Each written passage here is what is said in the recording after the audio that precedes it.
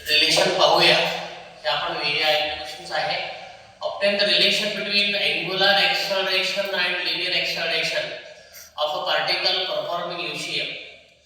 आता आपल्याला काय सर्वांनाच डेफिनेशन्स माहिती आहेत. We know linear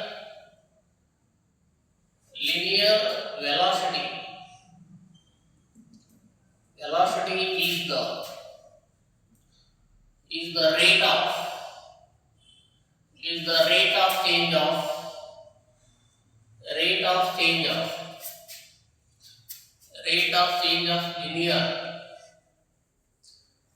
the rate of change of linear displacement.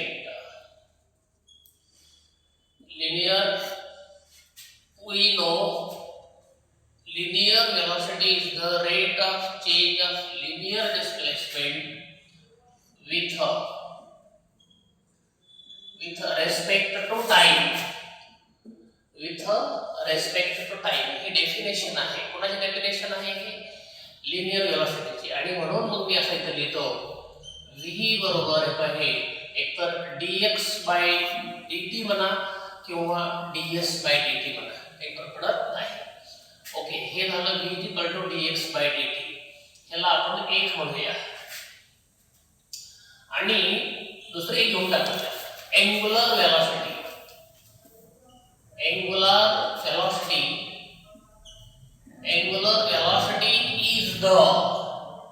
is the rate of change of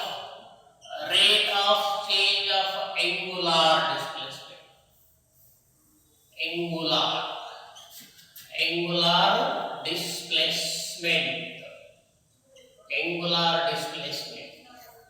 Angular velocity is the rate of change of angular displacement with respect to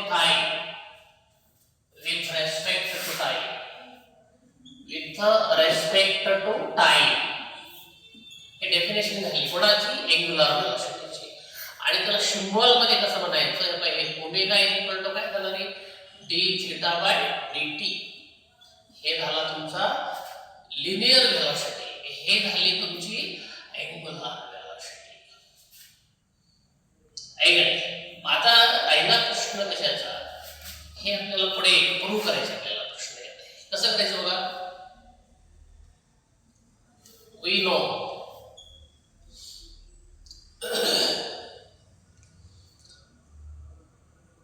हे v आहे बरोबर आणि हे किती आहे रे? Omega आहे. हे v आणि हे ओमेगा आहे. आता मग एक्सेलरेशन पाहूया. कोणतं एक्सेलरेशन पाहूया? कोणतं एक्सेलरेशन पाहिजे आपल्याला? Linear acceleration. We know linear acceleration is the rate of change of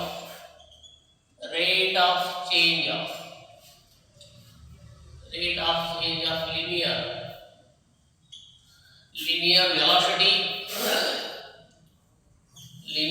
velocity with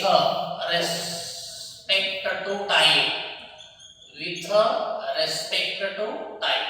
हे डेफिनेशन आहे कोणाची? लिनियर एक्सेलरेशनची. हे पहा आता काय येतो? एक्सेलरेशन लिनियर कसं असतं? e असतं. e बरोबर काय झालं? हे dv/dt झालं. हे dt झालं. हे झालं dv/dt झालं. आता मी काय करणार आहे? इथं e घेणार आहे. No problem. आता आपल्याला माहिती आहे काय माहिती आहे? हे d/dt ह्या v चं रिलेशन माहिती आहे. v म्हणजेच काय? v म्हणजेच काय? ओमेगा इंटू काय आहे? r आहे. इथं वाटल्यास लिहा तुम्ही. काय लिहिणार तुम्ही? therefore v बरोबर काय? r into omega. आपल्याला माहितीच आहे, मागच्याच डेरिव्हेशन मध्ये पाहिलेलं आहे. v r इंटू ओमेगा आहे. तर मी काय घेतलं? ह्या v च्या ठिकाणी ओमेगा इंटू r घेतलेला आहे. आता एक काम करा तुम्ही. इथं काय काम करताय? हे जे r आहे ना, कॉन्स्टंट आहे तो बाहेर काढायचं आणि मध्ये लिहायचं d ओमेगा बाय काय लिहायचं? dt लिहायचं. मग a बरोबर r into d omega by dt म्हणजे काय रे? म्हणजे काय आहे लक्षात नाही आलं. डी ओमेगा बाय dt म्हणजे काय? D theta by D omega by dt त्याला आपण काय म्हणतो रे अल्फा म्हणतो. त्याला आपण काय म्हणतो अल्फा. इथं आपण इथं लिहूया. काय लिहूया? डी ओमेगा बाय dt ला आपण काय म्हणतो अल्फा. आणि तो अल्फालाच आपण काय म्हणायचं अँगुलर एक्सेलरेशन त्याला आपण असं म्हणायचं. हे बघा a equal to r into काय आहे इथं ओमेगा आहे. अशा पद्धतीने हे रिलेशन तयार झालं. कोणतं? Linear acceleration. Linear acceleration is equal to radius into काय आहे angular. radius into angular acceleration असं रिलेशन तयार झालं. Okay a equal to radius into angular acceleration relation तयार झालेलं आहे. आता इथे सुद्धा वेक्टर फॉर्म मध्ये कसं लिहायचं? वेक्टर a इक्वल टू इथं पहिले अल्फा घ्यायचा क्रॉस घ्यायचा नंतर r घ्यायचं. हे करेक्ट फॉर्म झालं. हे काय झालं? करेक्ट फॉर्म झालं. इन वेक्टर फॉर्म मध्ये हे असं लिहायचं. बरोबर आहे. इथे सुद्धा तुम्हाला एमसीक्यू येऊ शकतो. कसा? इथे सुद्धा एमसीक्यू येऊ शकतो तुम्हाला. पहिला कसं येतो a बरोबर किती रे r इंटू अल्फा. दुसरा काय आहे a बरोबर अल्फा इंटू r. सी काय तो vector a is equal to vector काय अँगुलर क्रॉस r असं येऊ शकतो. आणि डी काय येऊ शकतो? हे a बरोबर हे r क्रॉस अल्फा येऊ शकतो. a बरोबर r डॉट अल्फा. a बरोबर अल्फा डॉट r.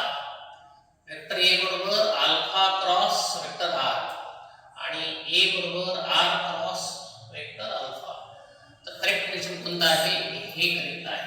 है की नाही? अल्फा पहिले आला पाहिजे, बाकीचे सर्व चुकीचे आहे. ओके हे लक्षात ठेवा तुम्ही.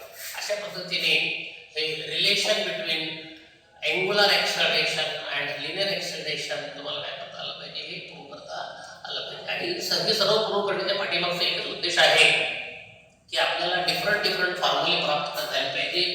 तुम्हाला जर या रिलेशन मध्ये a अल्फा आणि r या तिघांपैकी कोणतीही दोन क्वांटिटी दिल्या तर तिसरी क्वांटिटी आपल्याला सहज काढता येते. आपला फोकस काय आहे? डायरेक्टली आपल्याला एमसीक्यू सॉल्व्ह करता आले पाहिजे. बेस पक्का करायचं आणि एमसीक्यू सॉल्व्ह करता आले पाहिजे. कोणत्याही एमसीक्यू आला असेल तर त्याला सोपं करण्यासाठी आपल्याला डिफरंट फॉर्म्युलेज इझिली तयार करता आले पाहिजे आणि ते अतिशय फॅमिलियर फॉर्म्युले पाहिजे तर फटाफट आपल्याला प्रॉब्लेम सॉल्व्ह करता येतो. आपण प्रॉब्लेम सॉल्व्ह करण्यासाठी सर्व फॉर्म्युले आपल्याला फॅमिलियर पाहिजे म्हणजे सुपरिचित पाहिजे, अतिशय ओळखीचे पाहिजे. कसला जरी प्रॉब्लेम दिला असेल तर त्याचा कोणता फॉर्म्युला करता आला पाहिजे ते तुम्हाला माहीत पाहिजे. ओके सर्वांना समजलेलं आहे? या अडचणीच्या मध्ये याची अडचण नाही. ओके तर हे छान घेऊन घ्या तुम्ही. काय अडचण यायला लागली सांगू पुन्हा एकदा. पुन्हा सांगायचं आहे. पुन्हा एकदा पाहून घ्या बरं. काय आहे बघायचं आता वेलो आपल्याला माहिती आहे linear velocity is the rate of change of linear displacement with respect time. हे डेफिनेशन आहे जी आपण 11वी मध्ये शिकलेली आहे. म्हणून डेफिनेशन लिहिली आणि तीच डेफिनेशनचं सिम्बॉलिक फॉर्म लिहिलं. v बरोबर dx by dt. त्याला आपण काय म्हणालो? इक्वेशन 1 म्हणालो. ओके अँड अँगुलर वेलोसिटीचे डेफिनेशन काय आहे? Rate of change of angular displacement with respect time असं लिहिलं डेफिनेशन. आणि ती डेफिनेशन शब्दामध्ये लिहिली पुन्हा त्याला आपण सिम्बॉल मध्ये लिहिलं. ओमेगा इज इक्वल टू काय आहे? dθ bye dt. याला काय म्हणलं आपण? इक्वेशन 2 म्हणालो.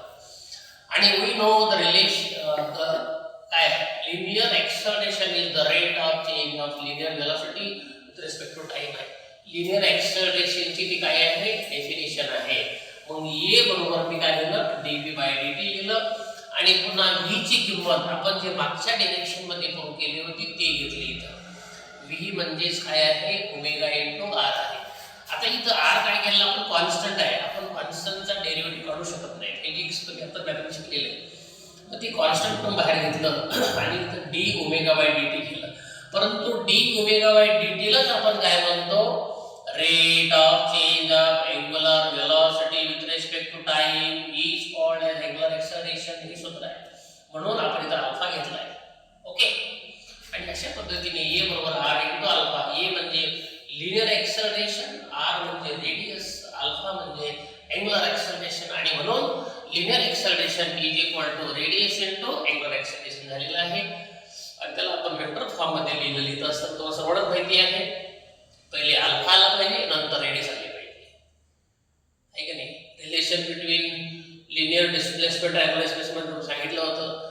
Relation between linear velocity and angular displacement angular velocity सांगितलं होतं. इथं relation between linear acceleration and angular acceleration मध्ये सुद्धा रेडियस हे शेवटी आले पाहिजे आणि सर्व टर्म पहिले आले पाहिजे. लक्षात ठेवायचं आपण हे वेक्टर फॉर्म लिहित असताना.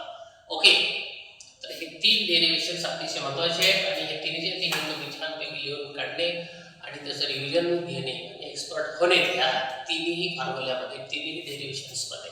ओके, ठीक आहे.